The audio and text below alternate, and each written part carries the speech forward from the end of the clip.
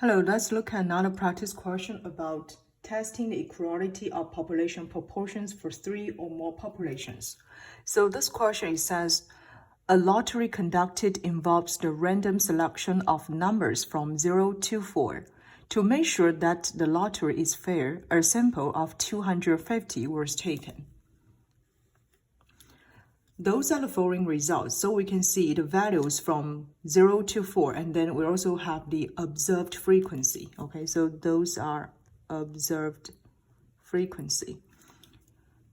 The first question asks, please state the null and alternative hypothesis to be tested.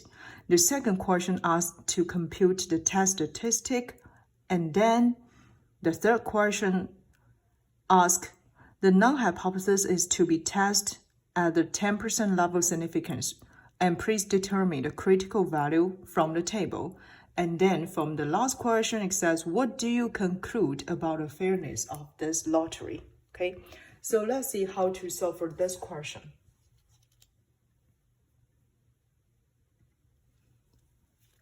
This is the lottery conducted and takes the value from 0 to 4, right? So we notice from there are 5 numbers, right? 1, 2, 3, 4, 5 numbers here. And if this lottery is fair, which means the probability or the proportion of this value, each value should equal 0.2, right? Because we have 5 numbers here. In order to make sure the lottery is fair, that P0 represents the proportion of the value 0 was taken, okay? And P1 will be the population proportion of value 1 was taken. P2 will be the population proportion of value 2 was taken. P3, similar, okay? The population proportion of value 3 was taken, and then P4 will be the population proportion of value 4 was taken. So if this lottery is fair, which means the null hypothesis should be P0 equal P1 equal P2 equal P3 equal P4. Those population proportions should equal to 0.02. Should equal 0.2 because we have 5 numbers here, right? And then each number, the population proportion was taken was 0.2, okay? And then the alternative hypothesis will be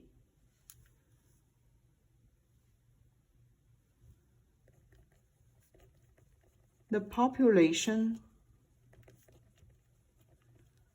proportion are not P0 equal P1, which means now this lottery is not fair. Okay. Now let's look at part B. So part B wants us to compute the test statistic. The test statistic, you might notice here, how many populations we have. We have 5 populations here, right?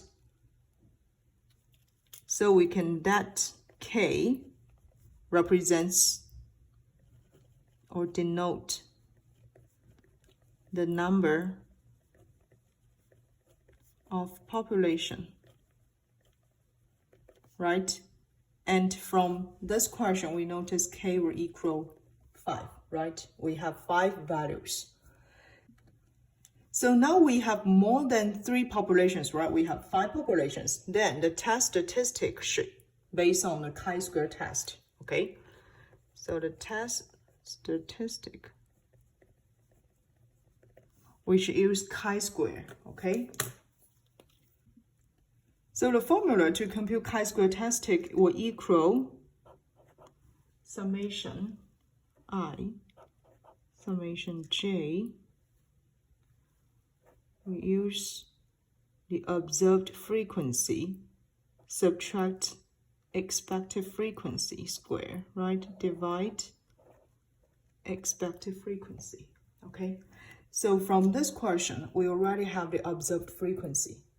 But how can we obtain the expected frequency? Let me just write it down. For the expected frequency,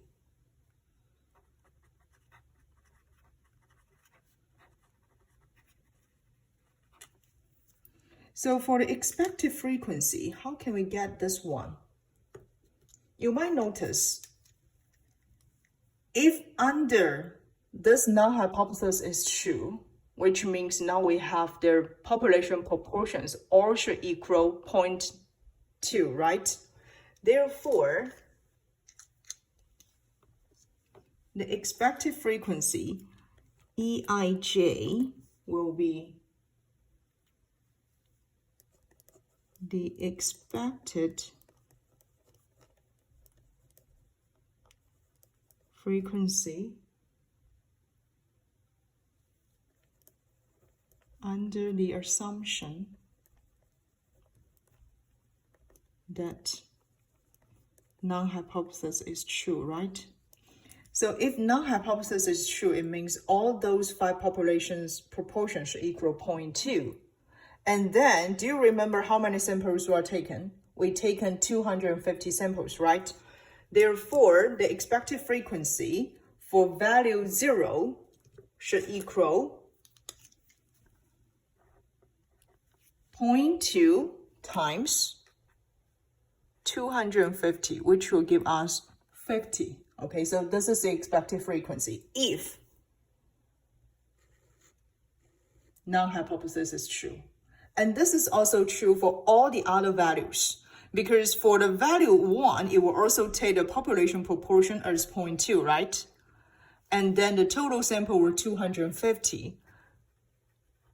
Therefore, we can get the expected frequency for all the value here were all equal 50. Okay, so the way that we can get the expected frequency.